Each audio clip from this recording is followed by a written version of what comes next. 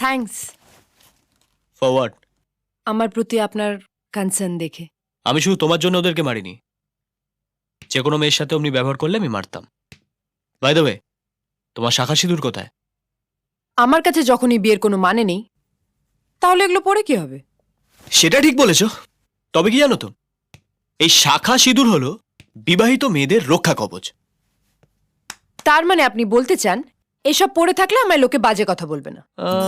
একদমই বলবে না তা নয়, খালি সংখ্যাটা একটু কমে যাবে। বাজে ছেলেদের নজর অবিবাহিত মেয়েদের প্রতি একটু বেশি থাকে, কারণ আজও আমাদের সমাজ শাখা সিঁদুরকে সম্মান করে।